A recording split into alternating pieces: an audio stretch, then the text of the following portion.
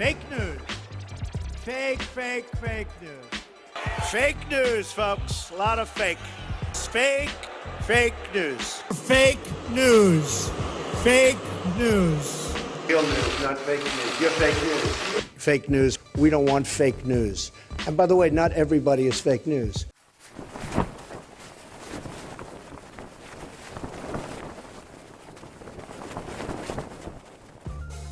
You would think that in an age of information, when anything can be researched with fingertip access, we'd be more enlightened and aligned than ever before. Unfortunately, this isn't the case. With so many sources for news and information, how do we know we aren't being force-fed crap? That is one big pile of shit. And is our own source of news turning us into extremists? Let's go! We're all human, for the most part. That means we are subjected to influence. We have our own opinions and our bias, whether we think so or not. And when it comes to politics, oh boy, do those opinions vary. Will you shut up, man? Listen, who is... And with social media providing a platform for any Joe Schmo like me to have a voice, there is such a convoluted source of info to digest, and we tend to gravitate towards news that already aligns with our preconceptions.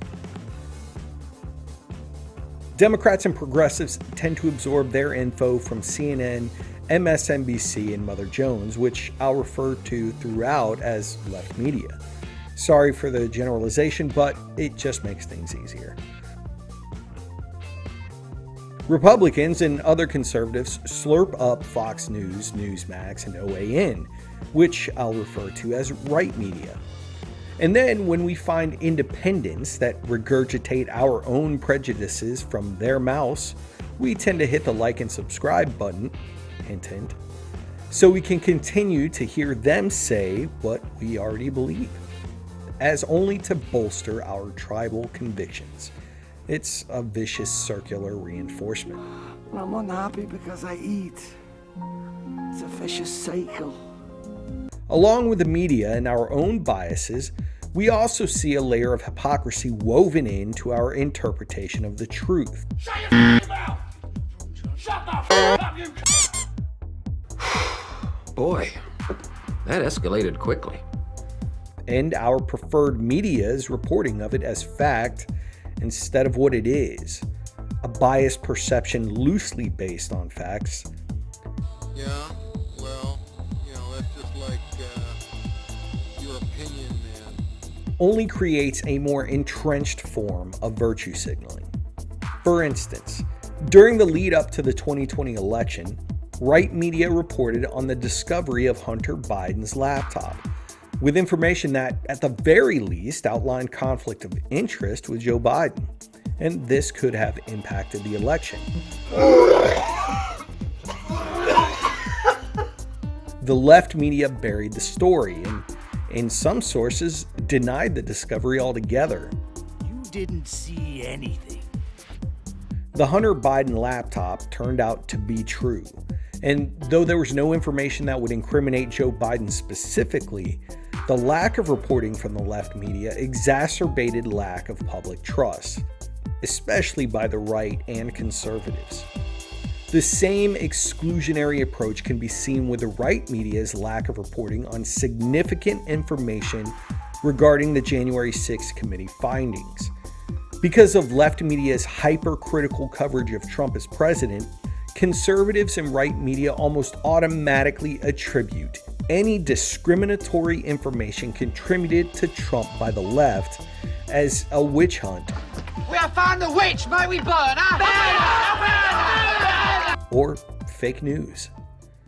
And it is unfortunate, because there are some extremely disconcerting actions and information unfolding concerning Trump and his inner circle in relation to January 6th. The right media is now mirroring the left's nefarious action of concealing important and otherwise damaging information for their guy. I used to make it a point of fact that whoever was president, I would watch the opposite leaning news source, because they would be more critical of who held office, and every elected official should be highly scrutinized regardless of who we voted for.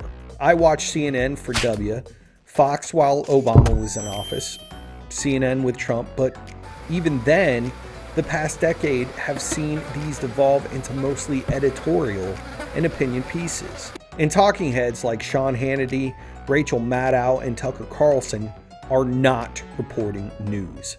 They are taking current events and putting their spin and their opinions and creating an appealing platter for their audience to consume.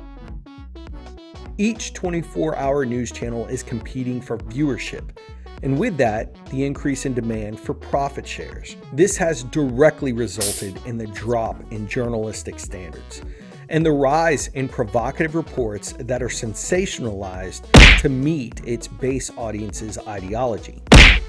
So, do 24-hour news channels move us to more extreme political views? Well, duh. Yes, from both sides. Media actively tries to manipulate its viewers to keep them tuned in. The more independent and moderate voters there are, the more likely they are to flip between channels. So indoctrinating their audience to reject dissenting information keeps their pockets lined. And the further left or right you get from more slight-leaning, larger news outlets, the less actual news you get. So there are going to be more opinionated and viewer-driven stories. So does that mean that independent informants like myself are more trustworthy than those big conglomerate news sources? Yes. What? No. Not even close. This might be dangerous to my own aspirations, but things you see on the internet or other social media sites like this one should not be taken at face value. I do research, I list my resources, and explain things as best I can from my assessment of liberty. I try to be as nonpartisan as possible, and my only intent is to at least challenge your perception on the application of freedom for all. Not everyone out there is transparent or honest in what they're promoting. It's because us little guys have no criteria for journalistic integrity or code of ethics to follow. So it is extremely dangerous to take anything a private citizen says as fact without verifying it with other sources, no matter how many followers they have or who agrees with them. It is even more dangerous to act on those predications. I'm not saying there aren't trustworthy folks out there, but those who speak to their qualifications, like historians or teachers explaining history or lawyers breaking down law, are more reliable. Even then, there are great people out there without qualifications that do a tremendous job, like Liberty Pirates who talk about liberty, but always verify with other sources. So, if big media has been tainted and independent sources are to be highly scrutinized, who are we to trust? I don't know. Well, for one, we have to accept that news we absorb, especially by our preferred sources, are inundated with some level of propaganda. Luckily, there are some media outlets that are pretty centered. Looking at media bias charts can help us determine how much opinionated influence there is to a story. So far, AP, BBC, and Reuters tend to continually stay centered. And if you automatically call bullshit on that, you have to ask yourself why. Is it because you disagree with what they report or how they report it? Well, I have some bad news then. News should never align with your ideology on an exclusive basis.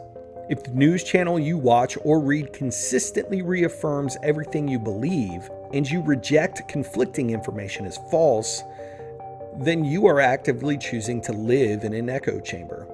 And you could be a victim of media manipulation from either side. News stories should challenge our principles at times, and we should reprogram ourselves to question our own sources and even consider the validity of conflicting news outlets at times. The truth of the matter tends to fall somewhere in between the right and left's version being reported. If we don't actively seek all perspectives, then we will continue to be taken advantage of.